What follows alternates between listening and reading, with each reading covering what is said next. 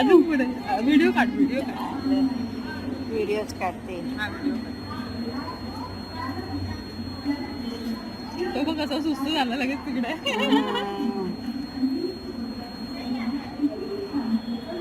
ते पाण्यामधून आले का येतात ते हो ना.